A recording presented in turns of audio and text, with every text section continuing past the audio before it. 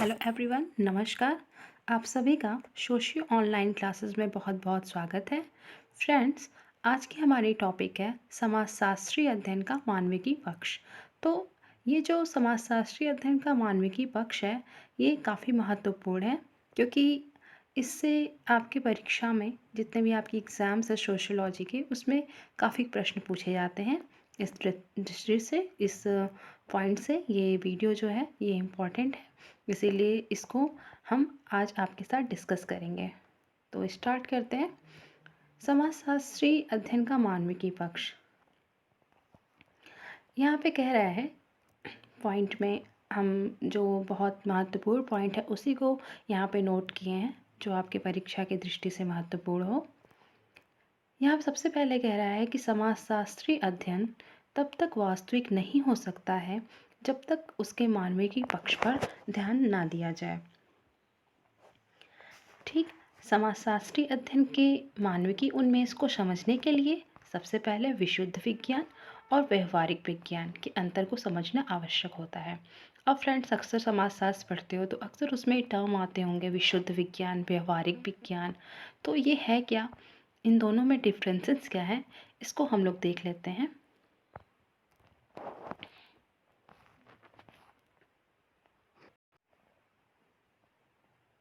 Friends, काफ़ी समाजशास्त्री यह मानने लगे हैं कि समाजशास्त्री अध्ययन तब तक वास्तविक नहीं हो सकता है जब तक उसके मानविकी पक्ष पर ध्यान न दिया जाए।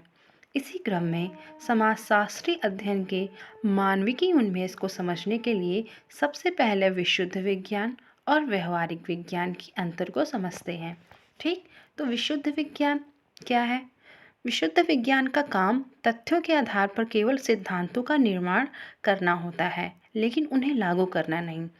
उधर दूसरी ओर जो व्यवहारिक विज्ञान है, इसकी बात की जाए तो व्यवहारिक विज्ञान वह है जो विभिन्न घटनाओं के बीच कार्यकरण के संबंध की व्याख्या करने के साथ ही उन संवेदनाओं और प्रयत्नों को भी महत्व देते हैं जिनकी सहायता से सामाजिक घटनाओं का उपयोगी मूल्यांकन किया जा सके। इसका उद्देश्य समाज और मानव के जीवन को पहले से अधिक अच्छा और संगठित बनाना है। ओके, तो फ्रेंड्स, ये है ये है विशुद्ध विज्ञान और व्यवहारिक विज्ञान। विशुद्ध विज्ञान में क्या था फ्रेंड्स? विशुद्ध विज्ञान में है, विशुद्ध विज्ञान वह है जो तथ्यों के आधार पर सिद्धांतों का निर्माण करना है, ना कि उसे लागू करना है। विशुद्ध विज्ञान का काम है तथ्यों के आधार पर सिद्धांतों का निर्माण, लेकिन उसे लागू करना नहीं। जबकि अगर हम यहाँ पे व्यवहारिक विज्ञान की बात करें तो देखिए, घटनाओं के बीच के कार्यकरण के संबंधों की व्याख्या करता है। क्या करता है? ये घटनाओं के बीच कार्यकरण संबंध की व्याख्या करता है। तो ये डिफरेंस है, ये विशुद्ध विज्ञान का और ये हो गया व्यवहारिक विज्ञान का। ओके, तो इतना हम लोगों ने समझा कि विशुद्ध विज्ञान किसे कहते हैं और व्यवहारिक विज्ञान किसे कहते हैं। फ्रेंड्स, यहाँ पे कुछ इम्पॉर्टेंट लाइन है, उसे हम यहाँ डिस्कस करेंगे। ये जो आप समाजशास्त्री अध्ययन का मानविकी पक्ष देख रहे हैं, इसके विभिन्न उपागम को हम आगे अभी डिस्कस करेंगे। पहले जो कुछ इम्पॉर्टेंट लाइन है उसको हम लोग देखते हुए चलेंगे, साथ में पढ़ते हुए चलेंगे, क्योंकि यहाँ पे जो आप लाइन देख रहे हो इससे काफ़ी प्रश्न पूछे जा चुके हैं पिछली परीक्षाओं में और आगे भी प्रश्न पूछे जाएंगे। इसलिए तो हम कोई चीज़ मिस नहीं करना चाहते हैं, उसको हमने पॉइंट में लिख लिया है आपको बताने के लिए। आप अपनी कॉपी में ज़रूर लिखना और इसका रिवीजन करना। प्रश्न पूछेंगे इससे ज़रूर आते, मतलब प्रश्न कई बार पूछे जा चुके हैं, इसलिए अब देखते हैं इसमें क्या इम्पोर्टेंट है। तो यहाँ पे है कि अगस्ट कॉम्ट ने समाजशास्त्री अध्ययन की प्रकृति वैज्ञानिक मानने के बाद भी उन्होंने समाजशास्त्र को सामाजिक व्यवस्था और प्रगति का विज्ञान कहा। सबसे पहले आता है कि अगस्ट कॉम्ट ने समाजशास्त्री अध्ययन की प्रकृति को क्या माना है? वैज्ञानिक माना है। लेकिन उसके बाद भी उन्होंने समाजशास्त्र को सामाजिक व्यवस्था और प्रगति का विज्ञान कहा है। इसको यहाँ पे समझने की चीज़ है कि इन्होंने समाजशास्त्री जो अध्ययन है उसको वैज्ञानिक माना, लेकिन उन्होंने समाजशास्त्र को सामाजिक व्यवस्था और प्रगति का विज्ञान भी कहा है। तो यहाँ पे जो समाजशास्त्र को सामाजिक व्यवस्था और प्रगति का विज्ञान कहा है, ये लाइन काफ़ी इम्पॉर्टेंट है। इससे कई बार प्रश्न पूछा जा चुका है कि किस विद्वान ने, किस समाजशास्त्री ने समाजशास्त्र को सामाजिक व्यवस्था और प्रगति का विज्ञान कहा है? तो आप बताओगे अगस्ट कॉम्ट ने कहा है। इसको आप लोग लिख लेना, ये लाइन इम्पॉर्टेंट है कि किस विद्वान ने समाजशास्त्र को सामाजिक व्यवस्था और प्रगति का विज्ञान कहा। तो ऐसा अगस्ट कॉम्ट ने कहा है। क्लियर है? ठीक है, फिर आगे बढ़ते हैं। अब हम लोग देखेंगे कि मानविकी उन्मेष का अर्थ क्या होता है। मानविकी उन्मेष कहते किसे, या मानविकी पक्ष समाजशास्त्र है ना। आप पढ़ रहे हो यहाँ पे समाजशास्त्रीय अध्ययन का मानविकी पक्ष, तो मानविकी उन्मेष। तो मानविकी उन्मेष का तात्पर्य सामाजिक घटनाओं का इस तरह अध्ययन करना है जिससे जटिल और परिवर्तनशील मानवीय संबंधों और विभिन्न प्रकार के व्यवहारों को उनकी पृष्ठभूमि और कुछ विशेष अर्थों के संदर्भ में ही समझा जा सके। कहने का अर्थ यह है, मानविकी उन्मेष का तात्पर्य यह होता है कि सामाजिक घटनाओं की स्टडी इस तरीके से की जाए जिससे जो जटिल और परिवर्तनशील मानवीय संबंध और विभिन्न प्रकार के व्यवहारों को उनकी पृष्ठभूमि और कुछ विशेष अर्थों के संदर्भ में ही समझा जा सके। तो ये हो गया मानविकी उन्मेष। ये आपके नॉलेज के लिए है कि मानविकी पक्ष या मानविकी उन्मेष किसे कहेंगे। ठीक है फ्रेंड्स, आप आगे बढ़ते हैं। फ्रेंड्स, यहाँ जो सबसे इम्पॉर्टेंट बात आ रही है वो ये है कि मानविकी उन्मेष से संबंधित उपागम क्या क्या है। अभी आपने मानविकी उन्मेष का अर्थ जाना, उसका तात्पर्य जाना, वो तो क्लियर है। उसके बाद इसके जो मेन अप्रोचेज हैं, इससे संबंधित जो उपागम है जिनकी सहायता से समाजशास्त्री घटनाओं की स्टडी की जाती है, उसको हम लोग देखेंगे। और ये काफ़ी इम्पॉर्टेंट है, ये जो अप्रोचेज हैं, और इनसे आपको हर आपकी समाजशास्त्र की परीक्षा में प्रश्न मिल ही जाएंगे। तो यहाँ पे पहला जो पॉइंट है, पहला जो उपागम है मानविकी उन्मेष का, वो है निर्जाति पद्धति शास्त्र, एथनो मेथडोलॉजी। ये काफ़ी इम्पॉर्टेंट है, ये आपको पता भी होगा। इससे अक्सर नेट के एग्ज़ाम में या हायर एजुकेशन की परीक्षा हो या आपका पीजीटी हो या आपके कोई भी समाजशास्त्र की परीक्षा, उसमें इन सारे टॉपिक से प्रश्न आपको मिलने ही मिलने हैं। तो या इंटरव्यू कभी हम देने गए, किसी का रिटन क्वालिफाई हुआ, समाजशास्त्र से किसी ने रिटन क्वालिफाई किया किसी भी पोस्ट के लिए, या पीजीटी है या आपका असिस्टेंट प्रोफेसर है, तो उसमें इनसे भी प्रश्न वाइवा में किए जा सकते हैं कि निर्जाति पद्धति शास्त्र से आप क्या समझते हो। या पूछ सकता है कि मानविकी उन्मेष से संबंधित उपागम को बताओ। तो उसके इंटरव्यू के पॉइंट ऑफ व्यू से सारे अप्रोचेस इंपॉर्टेंट हैं, और बाकी तो एग्ज़ाम में ये आते ही आते हैं। तो पहले इसको समझ लेंगे तभी हम वहाँ पे क्वेश्चन सॉल्व कर पाएंगे। कह रहा है निर्जाति पद्धति शास्त्र अध्ययन का एक विशेष तरीका है। इसके द्वारा यह समझने का प्रयत्न किया जाता है कि विभिन्न लोग अपने चारों ओर की घटनाओं को किस दृष्टि से देखते हैं और उसके बारे में किस तरह से सोचते हैं, विचारते हैं और एक विशेष अर्थ लगाते हैं। इसके लिए व्यक्तियों द्वारा दिन प्रतिदिन के जीवन में जिन तरीकों का उपयोग किया जाता है, अध्ययन के उस तरीके को निर्जाति पद्धति शास्त्र अथवा लोक जीवन पद्धति कहा जाता है। फिर से रिपीट करेंगे, निर्जाति पद्धति शास्त्र अध्ययन का एक विशेष तरीका है। इसके द्वारा यह समझने का प्रयत्न किया जाता है कि विभिन्न लोग अपने चारों ओर की घटनाओं को किस दृष्टि से देखते हैं और उसके बारे में किस तरह से सोचते हैं, विचारते हैं और एक विशेष अर्थ लगाते हैं। इसके लिए व्यक्तियों द्वारा दिन प्रतिदिन के जीवन में जिन तरीकों का उपयोग किया जाता है, अध्ययन के उसी तरीके को निर्जाति पद्धति शास्त्र अथवा लोक जीवन पद्धति कहा जाता है। ठीक है, तो ये है निर्जाति पद्धति शास्त्र। अब एक ये हो गया, उसकी एक परिभाषा हो गई जिसको हम लोगों ने बहुत संक्षिप्त तरीके से, बहुत आसान तरीके से जाना। उसके बाद एथनोमेथोडोलॉजी यानी निर्जाति पद्धति शास्त्र या लोक जीवन पद्धति, इस शब्द का प्रयोग सबसे पहले किसने किया, प्रश्न आता है। काफ़ी बार ये प्रश्न आता है नेट में और भी सारे जो अदर कॉम्पिटिटिव एग्ज़ाम है सोशियोलॉजी के, श्योर पूछता है, आपने देखा भी होगा पुराने क्वेश्चन पेपर में। तो एथनोमेट्रोलॉजी शब्द का प्रयोग सबसे पहले अमेरिकी विद्वान हैरोल्ड गॉरफिंकल ने किया था। ये मोस्ट इम्पॉर्टेंट लाइन है, इसे ध्यान दीजिएगा। एथनोमेट्रोलॉजी का प्रयोग सबसे पहले अमेरिकी विद्वान हैरोल्ड गॉरफिंकल ने किया था। कभी कभी ये भी पूछ लेता है कि हैरोल्ड गॉरफिंकल कहाँ के थे या किस देश के थे, तो आप इसको ध्यान में रखिएगा कि वो एक अमेरिकी समाजशास्त्री थे। कौन? हैरोल्ड गॉरफिंकल, जिन्होंने सबसे पहले एथनोमेथोडोलॉजी या निर्जाति पद्धति शास्त्र या लोक जीवन पद्धति जैसे शब्द का प्रयोग किया था। फिर हम लोग नेक्स्ट लाइन पे आते हैं। अब यहाँ पे एंथनी गिडेंस का नाम आप जानते होंगे, बहुत भली भांति परिचित होंगे इस नाम से। बहुत बड़ा कंट्रीब्यूशन है इनका सोशलॉजी में।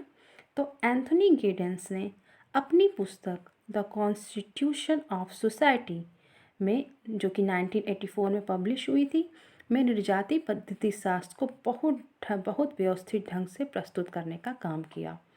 इससे भी काफ़ी दो क्वेश्चन आपके बन सकते हैं।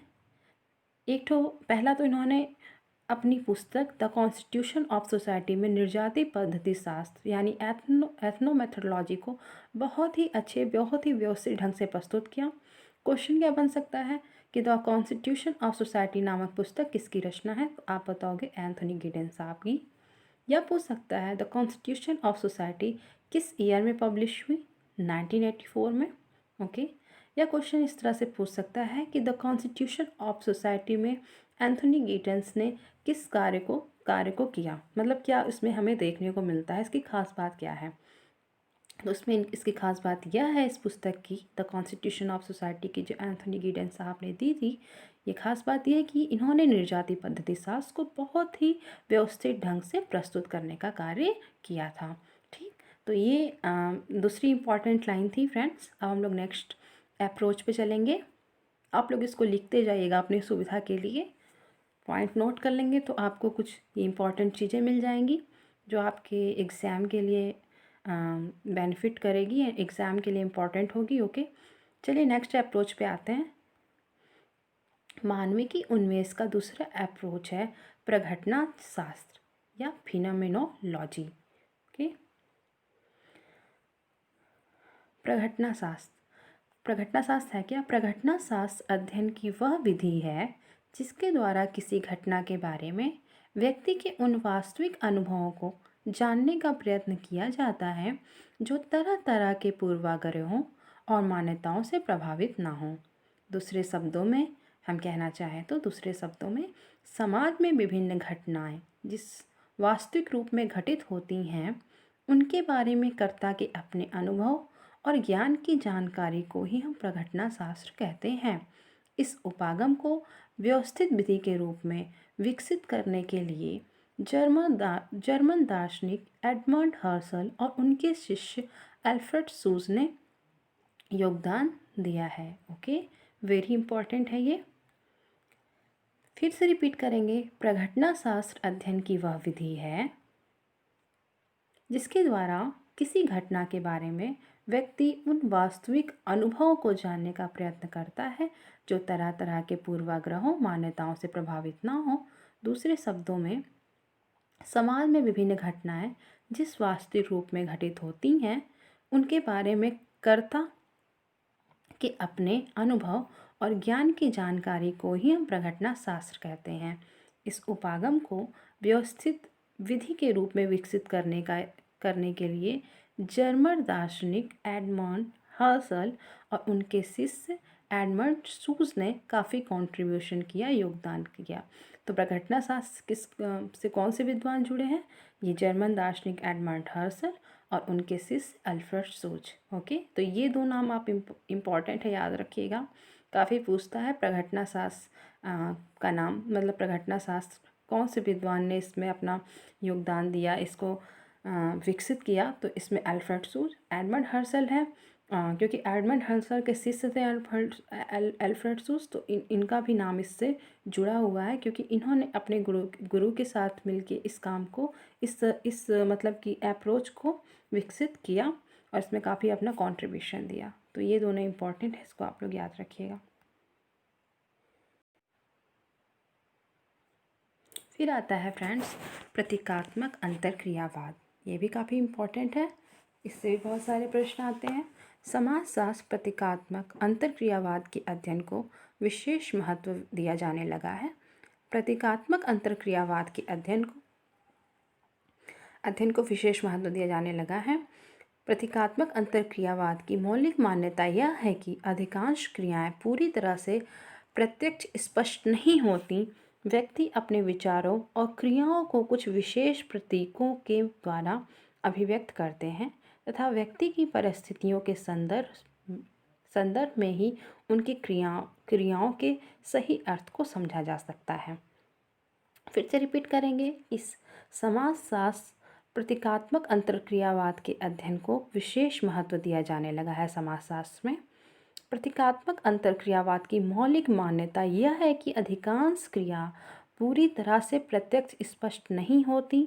व्यक्ति अपने विचारों और क्रियाओं को कुछ विशेष प्रतीकों के द्वारा अभिव्यक्त करते हैं तथा व्यक्ति की परिस्थितियों के संदर्भ में ही उन क्रियाओं के सही अर्थ को समझा जा सकता है।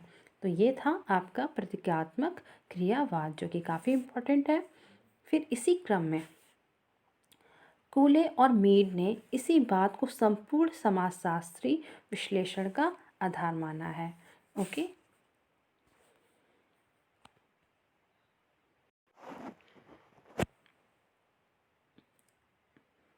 इसी क्रम में अगर हम बात करें, जैसे यहाँ पे कहा कि कूले और मीड ने इस बात को संपूर्ण समाजशास्त्री विश्लेषण का आधार माना है, तो इसी क्रम में पैरेटो, ओके, विल्फ्रेड पैरेटो ने भी इस बात पर जोर दिया है कि सभी युगों में, सभी समाजों में मनुष्य द्वारा जो क्रियाएं की जाती रही हैं उनमें से अधिकांश क्रियाओं का आधार तर्क न होकर कुछ मानवीय संवेदनाएं होती हैं।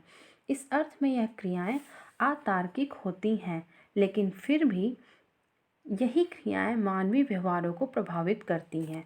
इससे यह भी स्पष्ट होता है कि समाजशास्त्री अध्ययन में वैज्ञानिक आधार के साथ मानविकी आधार को भी महत्व देना आवश्यक है। ठीक है, तो ये था प्रतीकात्मक अंतर्क्रियावाद। फिर चौथा जो उपागम है वो है आमूल परिवर्तनवाद, रेडिकलिज्म।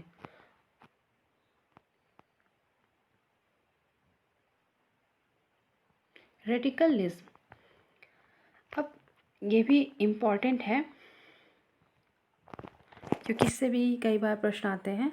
आमूल परिवर्तनवाद, ये भी शब्द समाजशास्त्र में आता है, तो ये भी जानना जरूरी कि ये क्या है। अध्ययन का जो यह उपागम है अपनी प्रकृति से मानवतावादी होने के कारण मानविकी उन्मेष से विशेष रूप से संबंधित है। यूरोप में बढ़ती हुई प्रौद्योगिकी के प्रभाव से सामाजिक संरचना तथा सामाजिक समस्याओं का जो नया रूप सामने आया, उसी के फलस्वरूप अध्ययन के इस उपागम का उदय हुआ। फिर से पढ़ेंगे। आमूल परिवर्तनवाद समाजशास्त्र के अध्ययन का यह उपागम, आमूल परिवर्तनवाद जो है वह समाजशास्त्र के अध्ययन का यह जो उपागम है वह अपनी प्रकृति से मानवतावादी होने के कारण मानविकी उन्मेष से विशेष रूप से संबंधित है। यूरोप में बढ़ती हुई प्रौद्योगिकी के प्रभाव से सामाजिक संरचना तथा सामाजिक समस्याओं का जो नया रूप सामने आया, उसी के फलस्वरूप अध्ययन के इस उपागम का उदय हुआ। इस उपागम को रेडिकल सोशियोलॉजी भी कहा जाता है। एल्विन गोल्डनर ने अपनी पुस्तक the coming crisis of western sociology में इस उपागम को रिफ्लेक्सिव सोशियोलॉजी या प्रतिवर्ती समाजशास्त्र का नाम दिया। काफ़ी इम्पॉर्टेंट चीज़ यहाँ पे आई है, इससे क्वेश्चन बन सकते हैं। देखिए, सबसे पहले तो ये जो उपागम है रेडिकल, जिसको सोशियोलॉजी कहा गया या आमूल परिवर्तनवाद या रेडिकलिज्म नाम जो दिया गया है, ये कह रहा है यहाँ पे कि ये मानविकी उन्मेष से विशेष रूप से संबंधित है। यूरोप में जब बढ़ती हुई प्रौद्योगिकी के प्रभाव से समाज की संरचना और कुछ सामाजिक समस्याएं का जो नया रूप आया, उसी की स्टडी करने के लिए मेनली इस उपागम का उदय हुआ था। इस उपागम को रेडिकल सोशियोलॉजी भी कहा जाता है। एक ये इम्पॉर्टेंट लाइन कि आमूल परिवर्तनवाद या रेडिकलिज्म को रेडिकल सोशियोलॉजी उपागम भी कहा जाता है। फिर दूसरा मोस्ट इम्पॉर्टेंट बात कि एल्विन गोल्डनर ने अपनी पुस्तक the coming crisis of western sociology में इस उपागम को रिफ्लेक्सिव सोशियोलॉजी या प्रतिवर्ती समाजशास्त्र का नाम दिया। मोस्ट इम्पॉर्टेंट चीज़ है कि सबसे पहले एक क्वेश्चन बनता है इसमें कि the coming crisis of western sociology पुस्तक के रचनाकार कौन है, तो वह है एल्विन गोल्डनर। और इस उपागम को रिफ्लेक्सिव सोशियोलॉजी या प्रतिवर्ती समाजशास्त्र का नाम दिया। इस उपागम का आमूल परिवर्तनवाद या रेडिकलिज्म उपागम का मुख्य कार्य समाज के कमजोर, शोषित और अधिकार विहीन वर्गों के अध्ययन पर ध्यान केंद्रित करने और उनकी स्थिति में सुधार लाना होता है। इम्पॉर्टेंट इसमें क्या है कि ये जो उपागम है ये समाज के कमजोर, शोषित और अधिकार विहीन वर्गों की स्टडी पर अपना ध्यान केंद्रित करना है और उसके साथ उनकी स्थिति में सुधार कैसे लाना है इसकी भी स्टडी करनी है। तो ये यहाँ पे आपने मानविकी उन्मेष से संबंधित जो अप्रोचेस थे, जो उपागम थे, उसको देखा यहाँ पे। इसमें जो कुछ इम्पोर्टेंट आपको लगा हो उसको नोट ज़रूर करिएगा, इससे आपको प्रश्न मिल जाएंगे। बहुत महत्वपूर्ण है ये अक्सर हम लोग कंफ्यूज रहते हैं कि ये है क्या, मतलब प्रतीकात्मक अंतर्क्रियावाद या आप कहो प्रघटना शास्त्र और एथनोमेटोलॉजी, यहाँ पे जो है निर्जाति पद्धति साथ, इन सब में हम लोगों को बहुत कन्फ्यूज़न रहता है। और वो कन्फ्यूज़न तभी दूर होगी जब आप इसको लिख के समझ के ध्यान से इसको पढ़ोगे और फिर अपनी कॉपी में लिखोगे, तब आपका कन्फ्यूज़न दूर होगा। नहीं तो अक्सर हम लोग फिनोमिनोलॉजी और एथनोमेट्रोलॉजी में कंफ्यूज हो जाते हैं जब हमारे सामने क्वेश्चन पेपर आता है तो। और हम लोग की छोटी छोटी गलतियाँ हमारे मार्क्स को घटा देती हैं, जो कि हमारे सिलेक्शन के लिए दिक्कत करता है। तो हमें ऐसी गलती ना हो। तो अब जो भी आप पढ़ो, आप जो भी पढ़ रहे हो, जिस टॉपिक भी को पढ़ रहे हो उसको क्लियर रखो, अपने डाउट्स को क्लियर रखो, आप कंफ्यूज मत हो। और ये तभी होगा जब आप ध्यान से किसी चीज़ की स्टडी करोगे, ध्यान से उसको समझोगे। एक याद कर लेना, रट लेने का मतलब नहीं है। जब तक आप उसको समझ के लिख के ना पढ़ो, तो उसको समझिए, लिखिए, फिर पढ़िए और उसका रिवीजन करते रहिए, तब जा कर के आप किसी एग्ज़ाम के लिए अच्छे से प्रिपेयर हो पाते हो। और यहाँ पे जो पॉइंट्स फ्रेंड्स आपको दिख रहा है ना, ये आप अपनी कॉपी में लिख लेना। ये जो बुक के नाम हैं और जो टर्म यूज़ किया गया किसी भी समाजशास्त्री के द्वारा, ठीक है। और यहाँ पे जो अप्रोचेज आपने देखे, फिनोमिनोलॉजी, एथनोमेटोलॉजी, रेडिकल सोशियोलॉजी, ओके, प्रतीकात्मक अंतर्क्रियावाद, ये चार जो अप्रोचेज है बहुत महत्वपूर्ण हैं। इन सबको आप लोग बहुत ध्यान से देख लेना, ठीक है फ्रेंड्स। तो आज का वीडियो मेरा इतना ही था और आगे हम जल्दी ही आपके टॉपिक से रिलेटेड वीडियो लेके आएंगे जो आपके परीक्षा के लिए महत्वपूर्ण हो। मेरा वीडियो देखने के लिए बहुत बहुत धन्यवाद। अगर आपको वीडियो अच्छा लगता है तो आप इसको सब्सक्राइब कर लीजिए, लाइक करिए और शेयर करिए। और सब्सक्राइब कर लेंगे फ्रेंड्स तो आपको आगे मेरी जो वीडियो जो और आने वाली वीडियोस हैं वो आपको मिलती रहेगी, ठीक है। आप लोगों का बहुत बहुत धन्यवाद। Thank you so much.